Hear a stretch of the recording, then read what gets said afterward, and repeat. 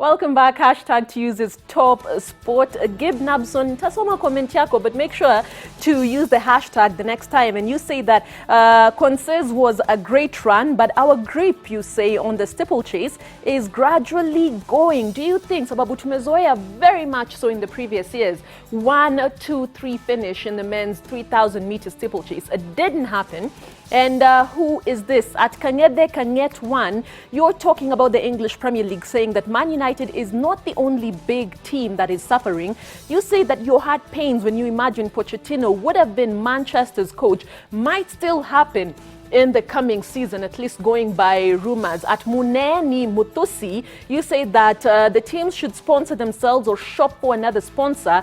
They should always have a plan B. Muneni is responding to our question on just what should be done with Kenyan football, the quality generally declining, the stake getting even worse. And Tomiaka, you talk about the 3,000 meters steeplechase was mad, you guys. Jana, hashtag top sport. Karibu wangusha TV yako jana is what at Mohasa Samuel is saying. As you saw Kipruto struggling to win that marathon, hashtag top sport. But don't forget that he actually did very well, going by the fact that he said that he had an injury before that. At Biwatanga, you say that the marathon won by Beatrice on the first day, by Ruth, you mean, on the first day is what was your highlight of the World Championship so far. Kipruto has whisked away gold, is what at Godfrey Mati League 1 is saying. Facebook lazima niwaangalie pia. At Abdul Nasir Isaac saying it's hard to watch people run and they're not running from something or someone, they're just running and I'm just there watching. You say that's creepy. Well, Kenyans, we look at it differently. We say that's winning. At Joan Jeruto, our Kipruto winning gold was your moment. Karibu Ipote, Thomas and Jambi, you say, and that David Kipiegon, 3,000 meters Kipruto winning by microseconds. Even the champion himself was not sure if he won it until it was shown on the screen. Fantastic stuff. Well, we have talked football, we've talked athletics, and Joshua Mokori earlier, as I said, was at the FKF AGM. So Kigogo, labda utuambie what exactly transpired during that morning session. Tunajua bado elections inakuja December. How was everything this morning?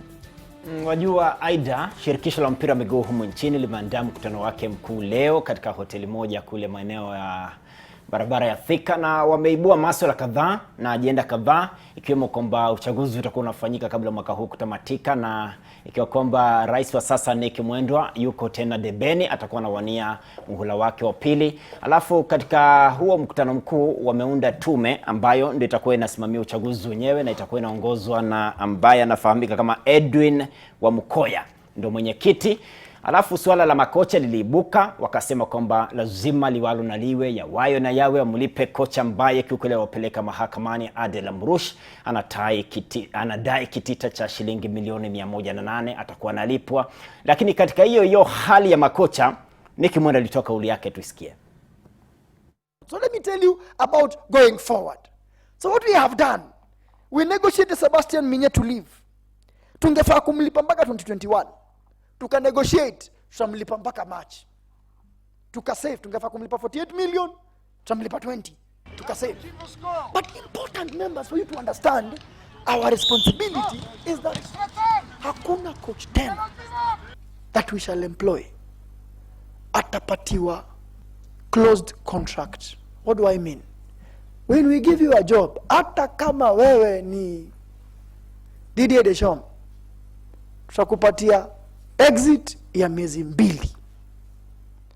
Tukikufuta tutakulipa 2 months. Na kama utakubali hizo terms, we will not hire you. That includes the current bench that we have today. We will never have a coach again demanding from us 50 million. And I want you to hear it, because I might not be here tomorrow. You might be here tomorrow.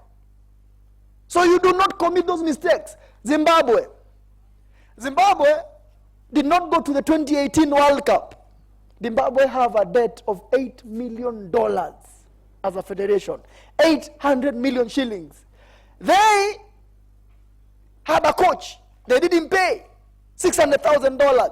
FIFA ikawatoa kwa World Cup ya 2018 ile ilipita. That is why Zimbabwe was out. Now we face a situation where FIFA will kick us out if we do not pay 108 million.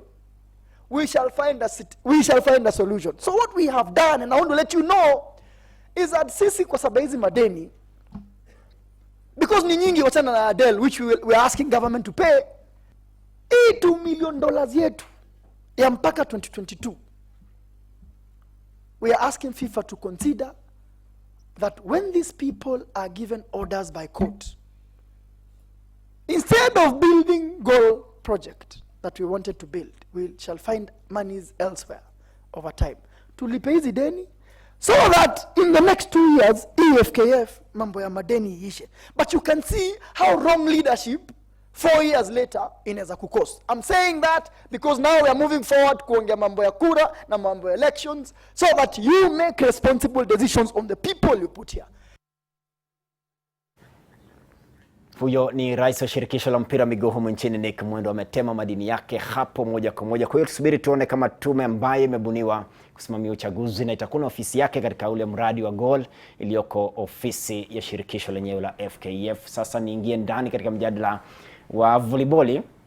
Nimlete ndani huyo ambaye ni Agi ni anaitwa Agnes Mahandia. Niko vizuri? Kabisa. Karibu sana. Nashukuru. Leo hiyo ulipokaa hapa ni mwandishi wa gazeti la Daily Nation. Officially. Mungu ni mkuu. Kabisa. Sajili ya maana alifanya makori. Kazi mzuri. Tena majira ya joto. Sasa tuingie moja kwa moja kwa volleyball. Timu ya taifa imekuwa kule Japan katika kombe la dunia, iliambulia ushindi mmoja tu, na ni ushindi wa kihistoria dhidi ya Cameroon, seti 3-1. Kiujumla ulipokeaje matokeo yao? Expectations zilikuwa, maybe tulikuwa tunasema wanaweza chukua at least some sets from other countries, but I must be happy with the set ratios. At least ukiangalia kama vile walikuwa na score, maybe USA wana score 20, 25, 18, 25, unlike previous years wangepigwa chini ya 10. So kidogo hiyo ni consolation kwangu. Walijaribu, walingangana. Maybe going forward, because now Bitoka alisema wame-adapt a new style of playing fast, which means maybe in future we may start now winning against those high-ranked teams.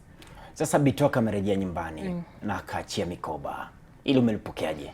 Ndo ameingia, ndo ameenda Morocco akashinda kombe la bara Afrika, amerejea kaenda na timu Japan katika kombe la dunia, ikakataa kule, akarudi nyumbani akaachia. Umelipokeaje kiujumla? Iko 50-50 because nilikuwa hiyo luncheon yenye ilikuwa last week hapa kwa hotel fulani hapa Nairobi. Yupo hayupo? Ako lakini anasema contract ikija ataendelea kufanya kazi team, but kama itakuja anaona step aside, but alisema kwa hiyo Facebook na social media hiyo post yake akasema atakuwa tayari kusaidia kikosi kwa advisory position, but kama I have a feeling kama government itampatia pesa ama contract bila anataka, I think ataendelea, but kwa saa hii singetaka atoke, maana ni momentum tumebuild, so ahead of the qualification, I mean kila mtu anataka kwenda, kila mtu anataka Kenya iende hiyo Olympics. The last time Kenya ilikuwa ni 2004. It's only fair that watu turudi huko tujaribu, but ningemuomba hata kibinafsi kama Agnes akae, because it's a momentum, it's a team that now if in future if tukiweka like pamoja na same technical bench, I think they're destined to record good results, and like sasa wakiachilia, I mean watakuwa destabilized. Manake ukiangalia hata akiwa kule Rwanda alifanya mambo makuu. Ameijenga Rwanda hata iko inajulikana mambo ya volleyball. Ako keen na inaitwaje age groups, ile under 14, under 16, under 18, under 21, so wana grow wakiingia, by the time wafike senior wako sawa. Na hiyo I think ndio anataka, but wacha tungojea sponsors wakikuja on board, maybe hiyo ndio anafikiria kuleta sasa hapa Kenya. Katika huo mchuano ambao umetamatika kule Japan, kuna wachezaji walioibuka wazuri kama Chumba. Kazi nzuri alifanya. Nilikuwa hapa nikwambia anacheza yeye ni a natural left attacker, lakini akifika huko sijui kama ni cause kulikuwa na hiyo tutanishi nani alimsukuma right attack ilikuwa ni Ramdo ule alienda ule Finland, Charlene Ramdo ama ni Bitok, but yeah, whatever happened I think alifanya vizuri because you being a left attacker na unamovishwa to right attacker and then you perform. Actually I just looked at the easily rankings the players 145 ako 24 among the world, so I mean vizuri. Sasa nilikuwa najiuliza angekuwa anacheza position yenye amezoea je. Nani she's only 21, a bright future, and I'm told again by like anakuwa approached na zile timu nzuri, so sijui kutaenda vipi, lakini wacha tuone vile itakuwa, but she is kama inafunguka milango. Ako sawa 21 bana, 21 anapiga mpira tambui na alikuwa mwanasoka, alikuwa mlinda lango. Nasikia hata nani pia alicheza vizuri, Leonida Kasaya pia alicheza vizuri, wale wengine Lorin Chebet alipewa ile unanusia but akipewa ile chance alikuwa anasema, alikuwa anaenda hapa akisema wacha ni confirm something. So I think volleyball bado sisi the future is bright if you look at the performance, because I think the oldest player maybe 29-30 yeah, au wengine ni nateremka chini, so tukibuild around those from 27 I think going forward itakuwa sawa. Kiujumla volleyball ya Kenya iko ligi, iko timu ya taifa, kiujumla ikoje hadi sasa? Kiligi competition sana sana iko kwa wanaume. Wanawake kidogo tunajua tu, it's either Prisons, Kenya Pipeline or now KCB. So ile hata ukiona mchangio kwa national team, most of those players wanatoka kwa zile teams. So kidogo competition haiko juu sana, lakini kwa national team wasichana wanafanya vizuri kuliko wavulana.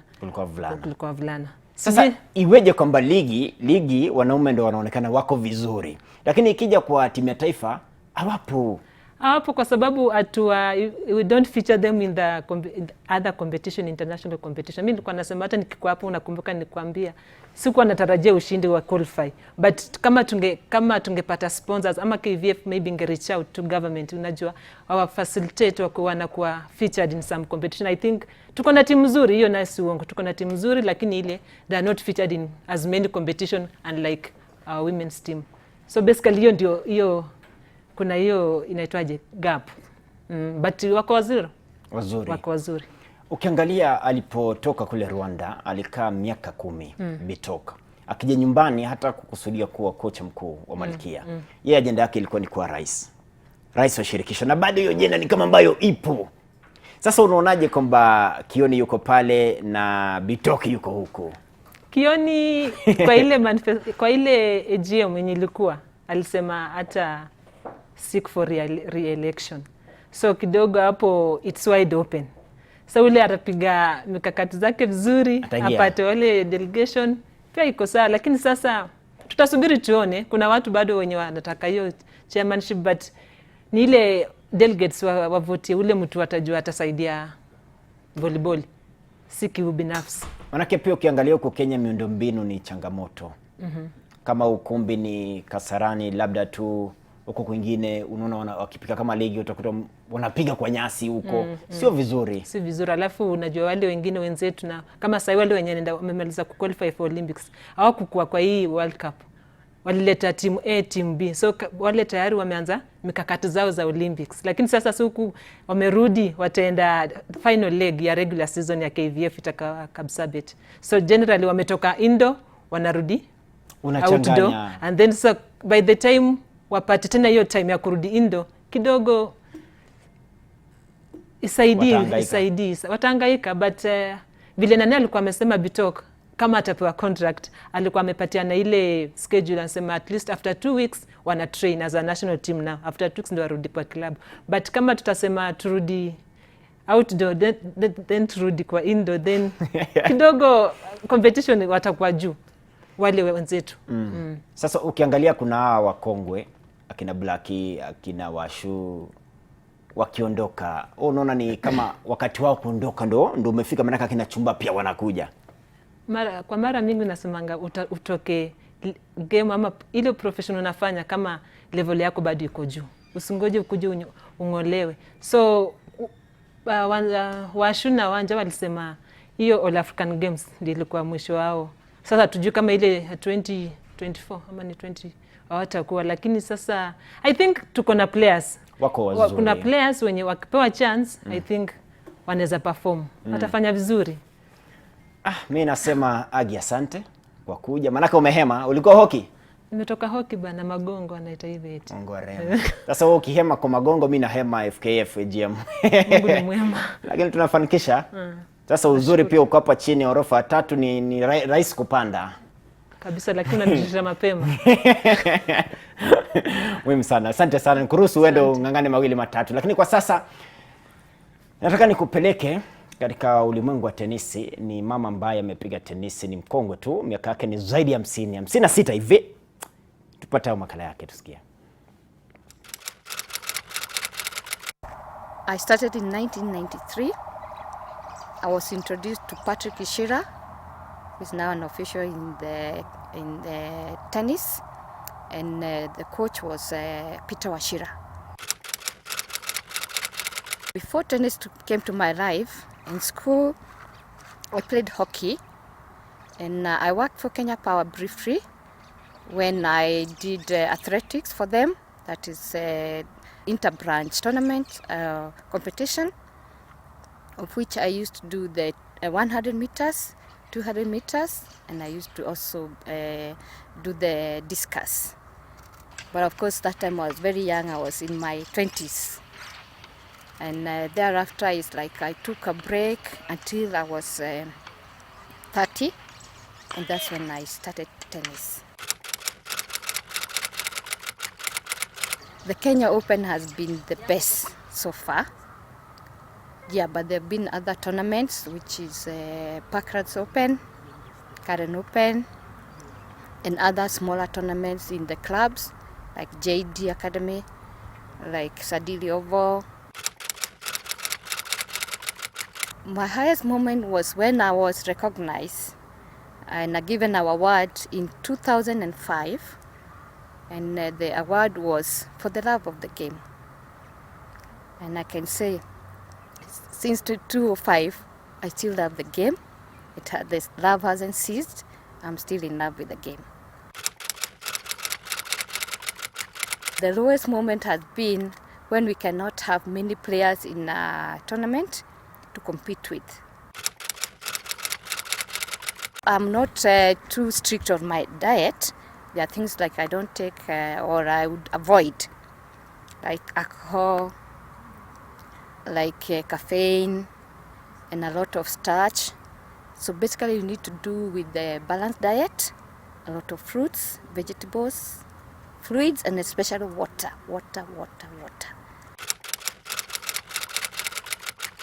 For breakfast, I'll take some cereals, I'll take a fruit, cup of tea, and maybe a glass of juice.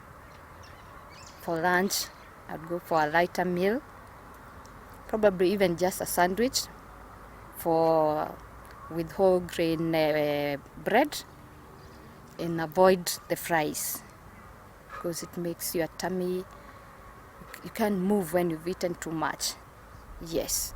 And while I'm playing, it has been a tradition for me to carry my water and to carry my fresh juice. I exercise for 3 times in a week, Wednesday, Friday, and Sunday. The people of my age, both ladies and men, to take up any sport because one feels there's a nice feeling one gets when you do sports. You keep off diseases. You feel young, and most of the time you have the energy. Apart from tennis, I love dancing, and I do a lot of Zumba. I do salsa, which is good for my footwork on the court. I also do jogging and walking. My strength lies in forehand and also varying in my serves.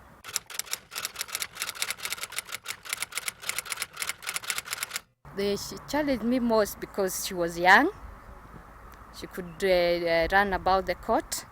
She has practice on that service, hard court. I still think Serena still is my role model. But when we started, those many years, Steffi Graf was our role model.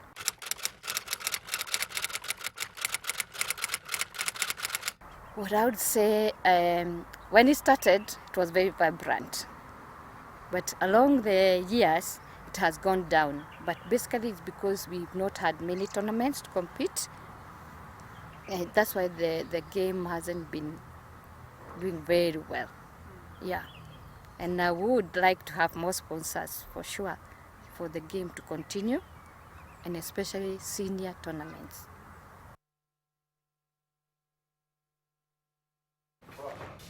You know, Makori is amazed at what's happening behind us. Sababu nimemfungulia comment inasema that a billboard of Konsei should be mounted at the airport ASAP. Kama jana vile alishinda Makori.